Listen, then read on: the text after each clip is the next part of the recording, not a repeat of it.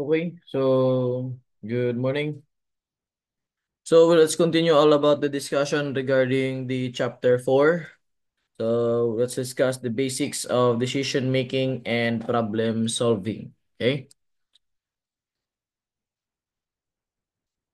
So first, let's define what is a problem solving. So as mentioned here, it is an analytical method to identify potential solutions to a situation. Okay. So problem solving, that is an analytical method. Why? Because we need to have to think. Okay. So kailangan natin mag-isip, kailangan natin pag-isipan, kailangan nating i-resolve yung isang problema gamit yung pag-iisipan mismo natin. Okay? Ano ba yung iisipin natin? Siyempre, the solutions to the problem. And this also stated here that this is a complex process wherein you need to call for a decision. So, tatandaan natin, magkakaproblema ka muna before you're going to make a decision making. Okay? And also, the primary goal of this problem solving is to find the best solution. So, bakit nga ba laging best solution? We can have this solution anytime, any place, any solutions pwede natin gawin. But the problem is, tama ba yung naging decision natin? Tama ba na maayos yung decision natin? Tama ba na ito ang naging decision natin? Or tama ba yun yung ginawa nating solusyon sa problema? Okay? So we have here the problem solving process. Paano nga ba na magre-resolve ng isang problema? Una, to identify the issue or the problem. Yes, you need to identify first what is the problem. Okay? You need to identify first ano nga ba ang problema? Ano ba ang pinagmulan ng problema? You need to understand where the problem starts, okay, or started bago mo siya solusyonan. Okay? And pangalawa, you need to brainstorm different approaches. Class, tatandaan po natin that in problem solving process, we cannot solve a problem in just a one approach lamang. Kundi, we have to think different approaches wherein kayang-kaya nating ma-resolve yung ating problema. Ganun po ang problem solving. So, hindi siya ma-resolve ng isang paraan lamang. Kaya nga minsan nakakainis isipin na magsasabihin na, Sir, wala na kaming choice. Sir, wala na kaming ibang maisip na paraan kundi ito lang. No. Because in problem solving, you need at it is a requirement to brainstorm different approaches para ma-resolve mo ang problema. And once you are brainstorm different approaches, you evaluate and select an alternative. You evaluate. Ano nga, paano ba tayo mag-evaluate ng approaches natin or ng pamamaraan? Siyempre, you evaluate the pros and cons. Wala naman sigurong tao na pipili ng mas mataas ang cons kaysa sa pros. Siyempre, we will going to choose the higher pros. Okay? And once you selected, you implement those problem solving. Okay? Kung tama ba ang ginawa mo, and syempre, you will follow up the solution. Kung naging effective ba siya. Tatandaan po natin, in problem solving, you need to have a best solution that is fitted to address or to resolve a particular problem. Okay? So, nabanggit ko kanina, before you are going to conduct decision making, you need to have first a problem. So, nauuna muna ang problema bago ang decision making. So, what is a decision making? Plus, tatandaan din po natin that decision making is also a process of making choice. Paproseso kung paano tayo nakakapamili. Okay? Paano nakakapamili o nakakapili ng desisyon na gagawin natin. Okay? So we have also a characteristics ng decision making. Una, that a certain decision making must based on rational thinking. Dapat ang desisyon ng tao ay nandoon sa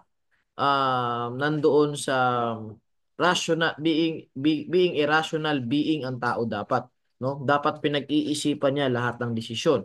Pangalawa, the evaluation of the various alternatives available. Before you tend to make decisions, alamin mo muna ano ba ang mga pamamaraan na pwede mong gawin. Hindi mo pwedeng piliin agad ito kung you have the other choice. Okay? Pangatlo is always selecting the best. Always select the best decisions sa lahat ng gagawin. At syempre, for commitment to every decision, so kung ano ang naging decision natin, dapat papanindigan po natin. If you tend to make decisions to maghiwalay sa boyfriend or girlfriend niyo, then you commit. Okay? Next, also the end product and to aim to achieve the organizational goals dapat yung magiging decision natin. So in every decisions, there's always an end product. So whether it could be pros or cons, it could be tawag dito, yung magpapaganda sa organization natin or pwedeng ikabagsak din ang decision natin. Natandaan that if you are leading or in the leading position, management position, decision making is a must and all of your decisions will going to affect a certain organization. Okay? So what are the process nga ba in making decisions? So nandiyan pa rin yung tinatawag nating the identification of the problem and you're going to define it. It is the same with problem solving. You need to identify what is the problem. Lalo-lalo na dapat nating maintindihan ano nga ba ang pinagmulan ng problema. Okay? Parang ganito lang yan. Ngayon, tag-ulan. Common na common. Tag-ulan, butas may tulo sa bahay ninyo. Di ba? Ang ginawa mo, nilagyan mo kaagad ng pantapal, yung bubong. Yung, tapos so, umulan na naman, nandun pa rin yung tulo sa bahay nyo. Ngayon, hindi mo inalam kung saan talaga ang root cause. Yung pala, ang pinaka-root cause ay doon sa alulod ng kapitbahay yun, na nilagay doon mismo sa bubong ninyo. Di ba? Nandun mismo nakatumutulo yung tubig galing sa kanila. But, di ba? Nakita niyo yung context kung paano dapat nagre-resolve ng isang problema. Alamin mo muna ano ang problema. Ano ang pinagmulan ng problema? Saan nagsimula ang problema? And after that, you develop an objectives. Para saan nga ba yung decision mo? Ano nga ba ang maging kapaki-pakinabang ng decision mo? And also, before you make the decisions, seek always the facts. Okay? Always seek the facts, not a mere opinions. Okay? And also develop a model. You evaluate the alternatives and always select the best solution. And syempre, we implement the decisions or the plan of the course of action. Okay? So yun po yung magiging proseso natin in making decisions. Next, we have the types of decisions. Ano nga ba yung mga samot-saring type ng mga desisyon? Una, we have the basic and routine decisions. So in basic and routine decisions, magkabaliktad po yan sila. When it comes to basic decisions, okay, there is a unique problem that requires large investment. Bagong problema siya. Okay? Bagong problema at kinakailangan natin ng investment. It is not just the money investment, but it also the time, the effort of the decision maker. Since bago, okay, bago ang problema, hindi natin alam, we are not prepared about what will be the possible solution na gagawin natin. So, we need to invest, okay, on time in thinking or explaining what is the problem, okay, what will be the decision that you're going to make. So that is basic decisions. In other hand naman, when it comes to routine decisions, that is a normal course of the business or the organization, and it is repetitive, paulit-ulit na siyang ginagawang desisyon, kaya it requires a small investment na lang. For example, laging late yung kasama mo, laging late yung kasama mo, sige, minus na lang natin sa sahod niya. That is routine decision na po. Paulit-ulit na eh.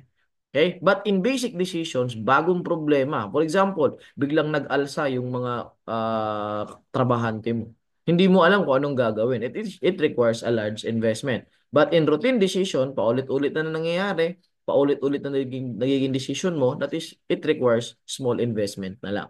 Okay? Next is the personal and organizational decisions. When it comes to personal decisions naman, class, so pag sinabing personal, it is an informal decision.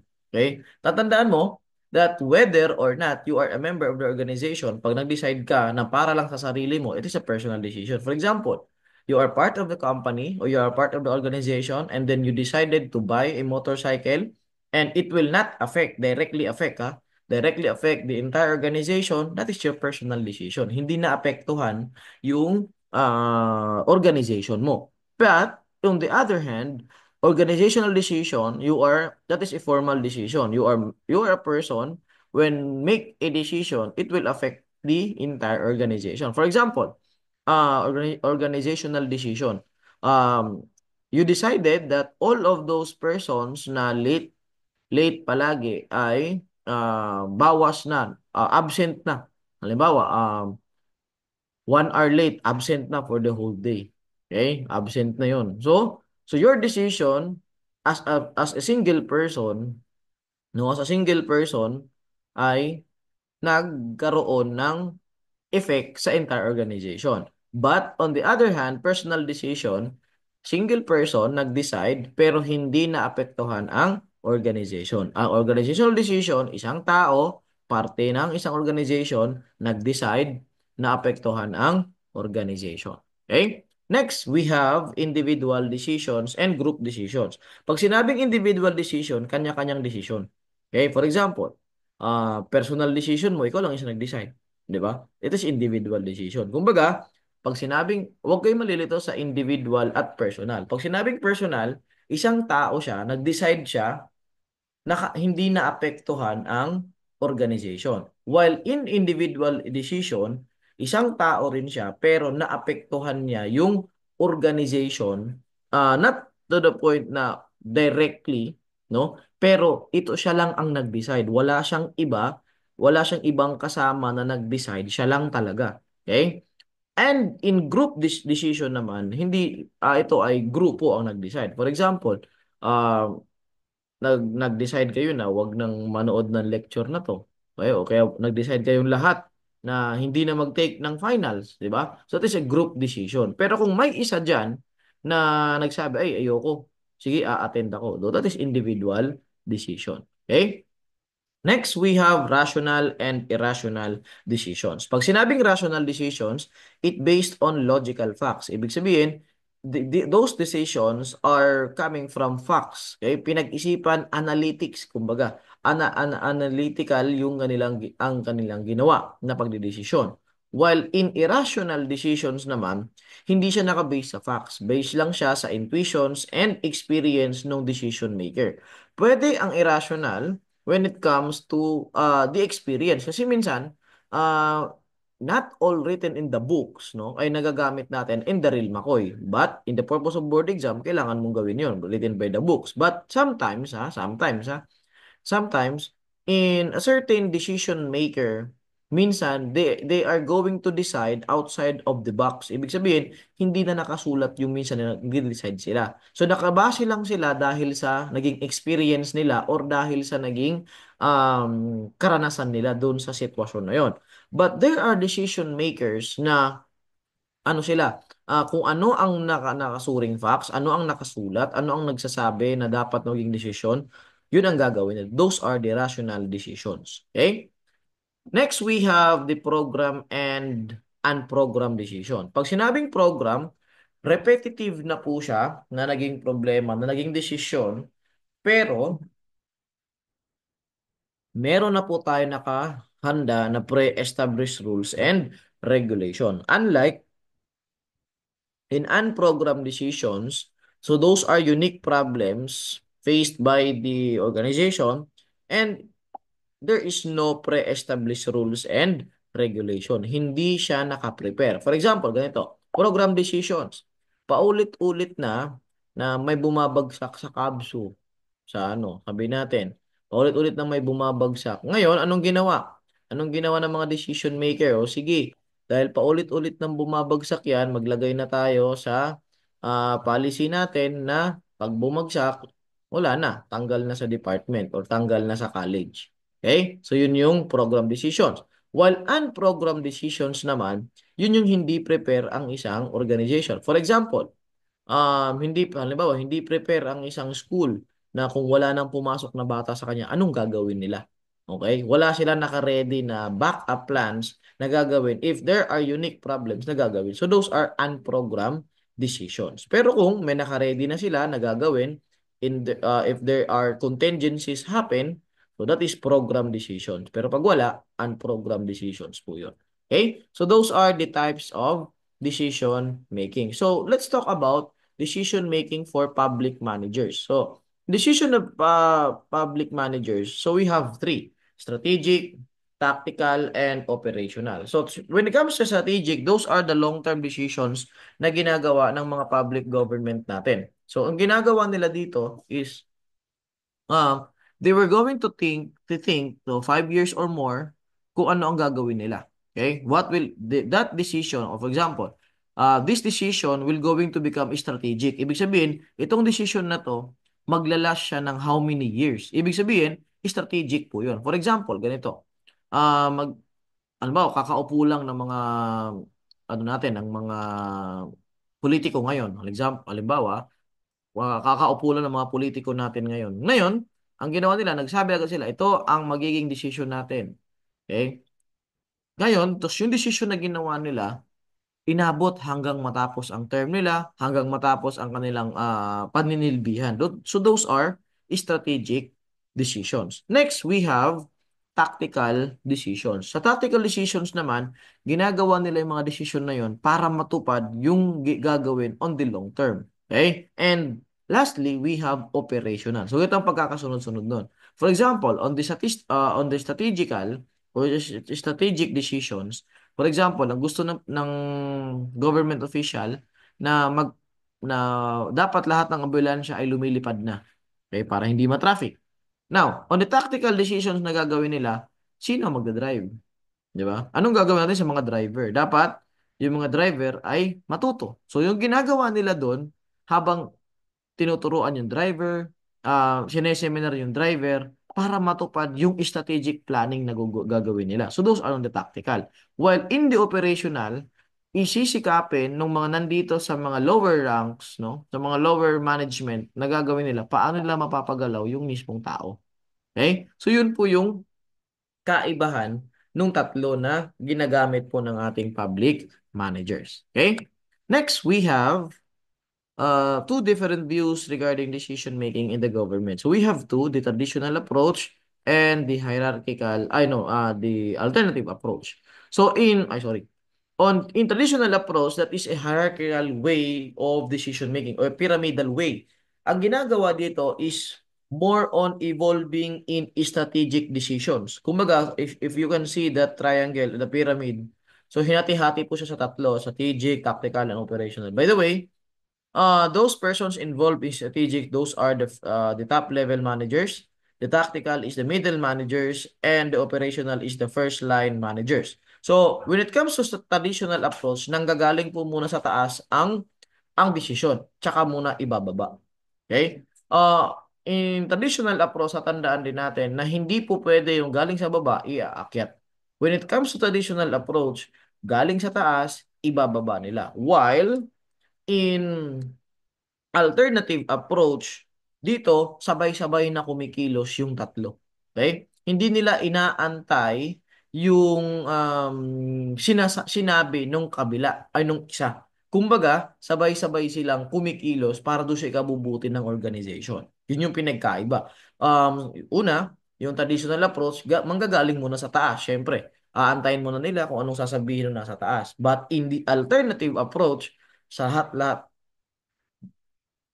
sila po ay pare-parehas gagalaw. Okay? So yun po yung pinagkaibahan ng traditional and alternative approach. Okay?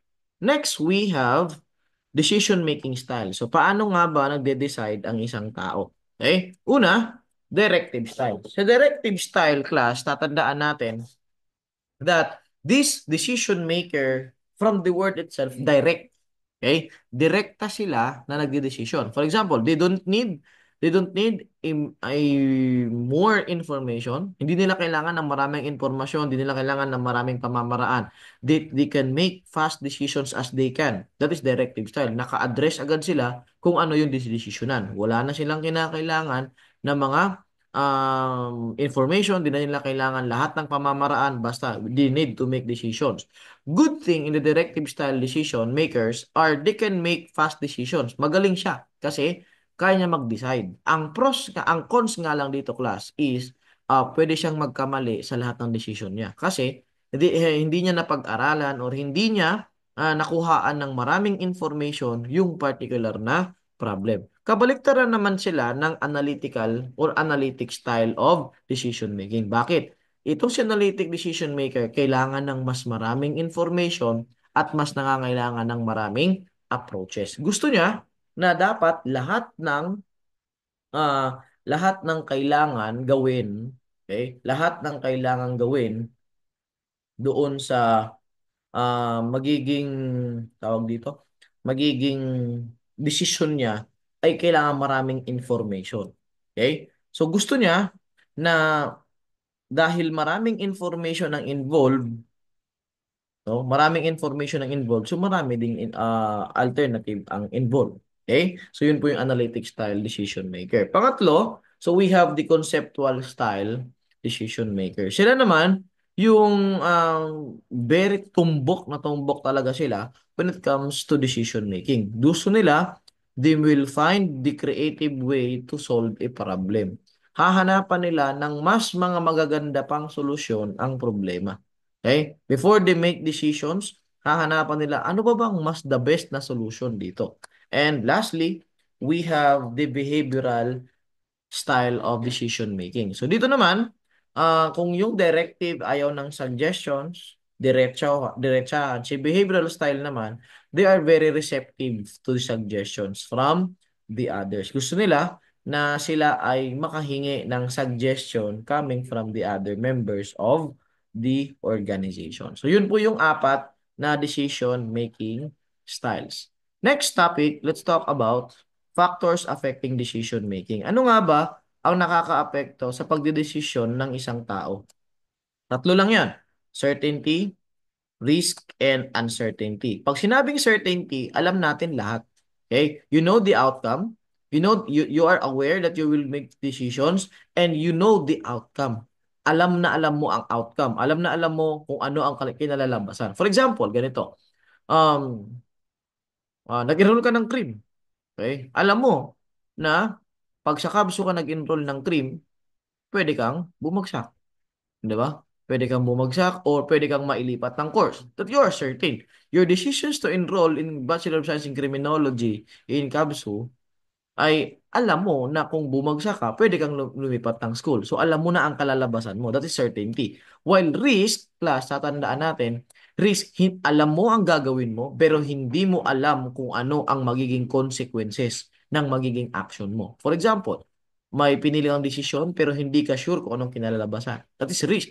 Risk taker, decision maker ang tawag doon. Kumbaga, hindi mo na na-foresee ano ang mangyayari.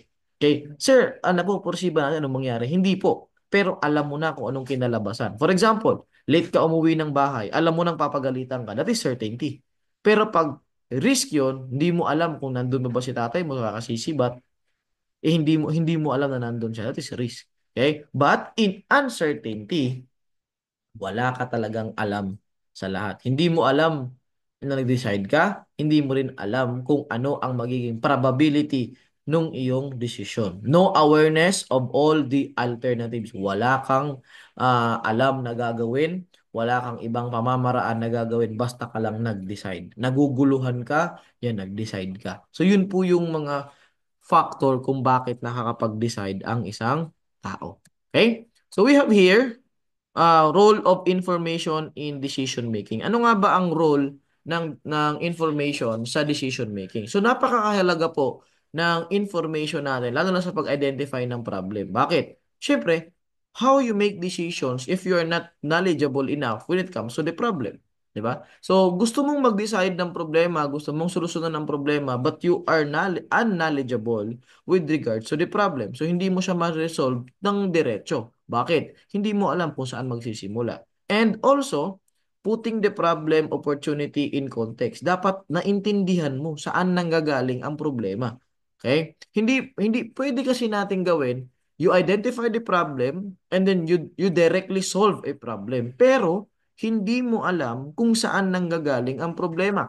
Tendency tendency of that is pwedeng paulit-ulit na lang yung magiging problema mo. Okay? So, ang mangyayari, if you didn't know the problem, if you're not knowledgeable enough with the problem, yung solusyon na ginagawa mo, possible yan. Yung other problem, yung solusyon na ginagawa mo, parang hindi matutumbok agad. Parang ganito, parang nabutas yung gulong mo, nagpa-vulcanize ka, pinalagyan mo ng goma, pinapasakan mo. Pero yung pala, yung pako nandun lang sa loob.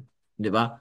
You solve the problem, pero you did not know what is the the beginning of the problem or the context of the problem. So you need the information para malaman what is the context of the problem. Next, you need the information also in the generation of alternatives. Bakit? Hahanap ka na ng pamamaraan eh. Okay? Hahanap ka ng paraan kung paano mo siya gagawin. But you don't have the information. How will you make alternatives? Paano ka gagawa ng pamamaraan kung hindi mo alam, wala kang alam? 'Di ba? So dapat bago ka class tatandaan natin, if we want to make decisions, we have the information first. Kasi lahat ng steps na gagawin natin in decision making, lalo na sa choice of the best alternative, dapat alam na natin kung ano ang context ng problema, ano ang problema, ano ang gagawin natin, ano ba ang mga possible na solutions natin, yun dapat ang role ng information. Okay? So we have data-driven in decision making mistakes. Kailan nga ba nagkakaroon ng mali? Una, quality of the data. Okay? Kumuha ka ng data na hindi naman magagamit. Kumuha ka ng data na wala naman pala sa pag-solve ng problema. Okay? Nag-interview ka ng tao na hindi naman pala niya alam kung ano ang problema. That's quality of the data. Over-reliance on the past experience. Nangyari na to eh. Ito pa rin yun. No. You cannot rely on your past experience because it is having a different factors and problems maybe, no? So you cannot rely on the past. Pangatlo, going with your gut and cooking the data. Pinapangunahan mo na mismo kung ano yung problema. Okay, pinapangunahan mo na kung ano magiging resulta. Halimbawa, ganito. Nagpaalam ka. Tapos, hindi lang umimik, okay na yun. Hindi nga sumagot eh, di ba? Kaya, lagi natin sinasabi, silence means yes. Pero yung pala, hindi pala talaga pumayag. Pinangunahan lang natin. That's cooking the data. And pang-apat is the cognitive biases. Ito yung one-sided lamang tayo. For example, nalaman natin sa isang tao, we did not confirm to the other person na ganito, ganyan, and then we make decisions. Pero yung pala, doon nagkakaroon ng pagkakamali. Okay? So yun po yung decision making mistakes. Ano nga ba ang koneksyon ng research at decision making? Okay? Una, nawawala yung pagiging isang bias. Okay? Because we make decisions, nawawala tayo sa pagiging isa. We make research before we make decision, nawawala tayo sa pagiging isang bias. Bakit? Naiintindihan natin kung ano ang problema. Naiintindihan natin saan ang punot dulo ng problema. Okay? Pangalawa, recording and editing. So yun yung we have the recording, transcription, and editing errors may be introduced at the observational stage during recording, collating, and analysis. So we have also selection. The data and information selected may not be relevant to the decision for which the information is required. So kinakailangan natin mamili nung information na gagamitin natin. And also the time. So kailangan, kaya 'di ba sa RRL ninyo, laging sinasabi na kung po pwede, 5 years lamang para mas maging relevant yung topic na makukuha ninyo. And also, analysis and interpretation. So, kinakailangan po yun when it comes to research and decision making. Okay? So, last topic with regards to the chapter 4. So, police decision making, guides for quick or fast decision making. So, we have here the national decision model. So, tatandaan po natin, national decision model, it is not just on the law enforcement, but also it can use to any activities outside law enforcement. So, pwede po natin siyang gamitin ng mga national decision makers. Okay? So, ano nga ba ang itsura? So, nandyan po yung itsura ng model natin.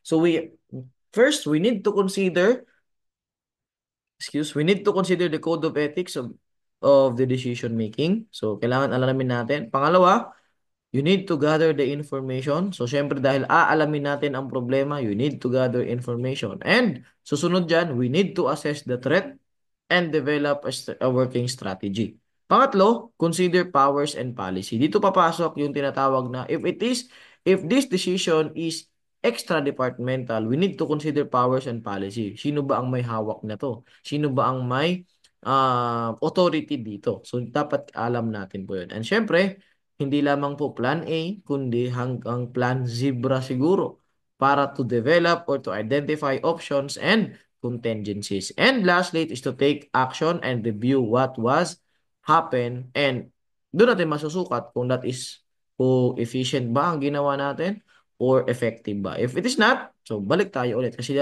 the model is just a cycle lamang po nung ating pagdedesisyon. Okay? So yun lamang po. Maraming salamat.